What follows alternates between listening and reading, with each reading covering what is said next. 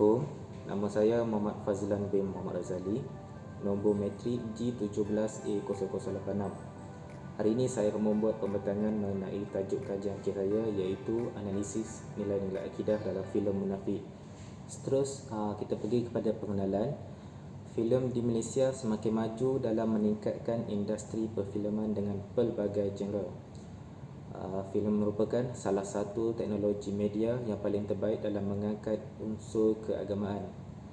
Teknologi media ini juga berperanan sebagai media hiburan kepada penonton, tetapi ia juga mampu menjadi penyebaran kepada nilai-nilai keagamaan melalui naratif filem. Seterusnya, latar belakang kajian. Berdasarkan setiap berkaitan mengenai nilai-nilai akidah Islam, pekaji membuat analisa secara menyeluruh bahawa setiap pegangan seorang mukmin perlu ada nilai-nilai akidah Islam. Dalam filem Munafik 2016 menggambarkan nilai-nilai akidah Islam dalam filem ini yang mampu memberi pengetahuan serta dapat mendidik jiwa orang ramai terhadap akidah dalam agama Islam. Permasalahan kajian dalam kes ini, pekaji ingin mengetengahkan kajian yang lebih terperinci mengenai filem tempatan yang terkenal di Malaysia, iaitu salah satunya filem Munafik arahan Syamsul Yusof. Terdapat masih ada kurangnya kajian yang dilakukan terhadap filem Munafik oleh kalangan sarjana filem. Seterusnya adalah objektif kajian. Antara objektif utama dalam kajian ini ialah mengkaji nilai-nilai akidah dalam Islam, menganalisis nilai-nilai akidah Islam yang ditetapkan dalam filem Munafik 2016 oleh Syamsul Yusof. Seterusnya, kita pergi kepada skop kajian. Skop kajian merupakan satu had ataupun batas kajian yang telah ditetapkan untuk melakukan sebarang penyelidikan. Skop kajian yang dilakukan untuk pengkaji membuat penyelidikan secara tepat dan mengikut kehendak serta memperoleh keputusan yang tepat dan benar. Filem ini menjadi fokus utama kerana masih terdapat kurangnya kajian yang memberi penekanan terhadap unsur-unsur akidah. Seterusnya, kita pergi kepada metodologi kajian. Dalam penyelidikan ini, metodologi terhadap kajian ini adalah salah satu cara ataupun kaedah yang digunakan pakai oleh pekaji untuk mencapai objektif kajian dengan secara lebih sistematik. Seterusnya adalah tajuk keputusan.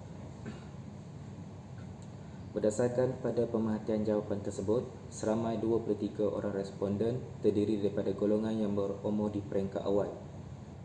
Terdapat 2 orang kaum Cina, iaitu bersamaan dengan 8.70% yang menjawab soal selidik ini dengan sempurna dan dapat dilihat pada kaum agama Islam yang lebih menguasai.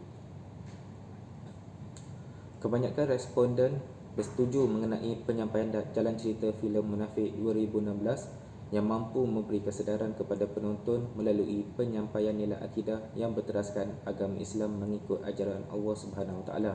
Antara jawapan yang diberikan oleh responden, mereka lebih memilih kepada jawapan yang pertama, iaitu kepercayaan kepada Allah Subhanahu Wa Taala. Yang kedua, jauhi sifat dendam dan amarah. Yang ketiga, jauhi sifat munafik dalam diri. Dalam tajuk perbincangan, dalam senarai rukun iman menyatakan keimanan kepada Allah Subhanahu Wa Taala, keimanan kepada Rasul, keimanan kepada Al-Quran, keimanan kepada hari akhirat dan keimanan kepada qada dan qadar.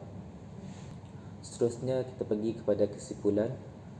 Konklusinya, analisis nilai-nilai akidah dalam sesebuah filem tempatan maupun filem barat dapat meningkatkan dari segi kualiti perceritaan dan dapat mempengaruhi jiwa penonton. Daripada hasil penyelidikan, didapati terdapat nilai-nilai akidah dalam filem Munafik 2016 dan dapat memberikan kesedaran kepada penonton tentang ilmu keagamaan.